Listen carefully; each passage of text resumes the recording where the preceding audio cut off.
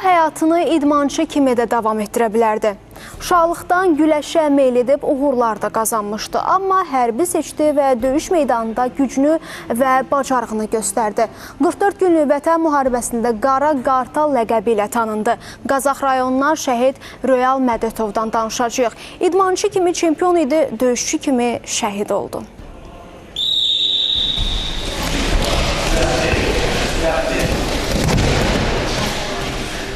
O gözəl idmançı idi, gözəl güləşçi idi. O dəfələrlə rayon çempionu, respublika turnirlərinin qalibi. O elə anadan Zəngəvar doğulmuşdu. O heç nədən çəkinmirdi. Hansı bir yarışa getsə də o yarışdan birinci yer qazanırdı, ikinci yer qazanırdı, medallar gətirərdi və yəni heç vaxt əli boş gəlməzdi. Həmişə anamı sevindirərdi ki, ana bax mən nailiyyətlə gəlmişəm, əli dolu gəlmişəm, çempion olmuşam. Royal Mədətovun Qazax rayonunda güləşçi kimi başladığı yol sonra onu hərb meydanına apardı. Güləşçi kimi qazandığı uğurları hərbiçi kimi davam etdirdi. Müddətdən artıq hərbi qulluqçu kimi 2016-cı ilin aprel döyüşlərində fərqlənib.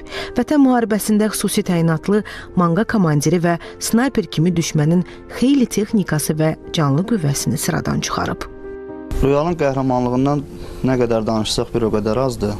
Qısacası onu deyim sizə, o hər zaman içində düşmənə nifrət bəsləyirdi. Bu nifrət də döyüş meydanında özünü göstərdi. Royal 44 günlük müharibədə düşmənlərə sözün həqiqi mənasında qan udururdu. Kiçik Gizir Royal Mədətov Füzuli və Cəbrayıl rayonlarının işğaldan azad olunması zamanı xüsusi şücaəti ilə seçilib. Ağır yaralansa da döyüş meydanından çıxmayıb, sona qədər vuruşub.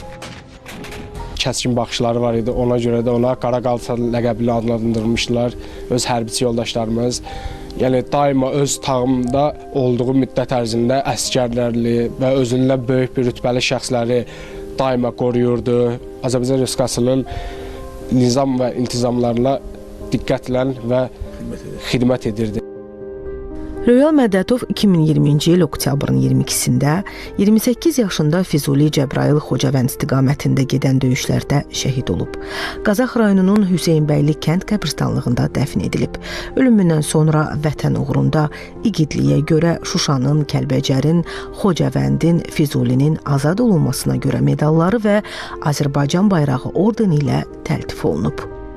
An Məmməd Nəbiyev, Elmar Qasımov, Rəşidə Zülfüqarova, ASTV xəbər.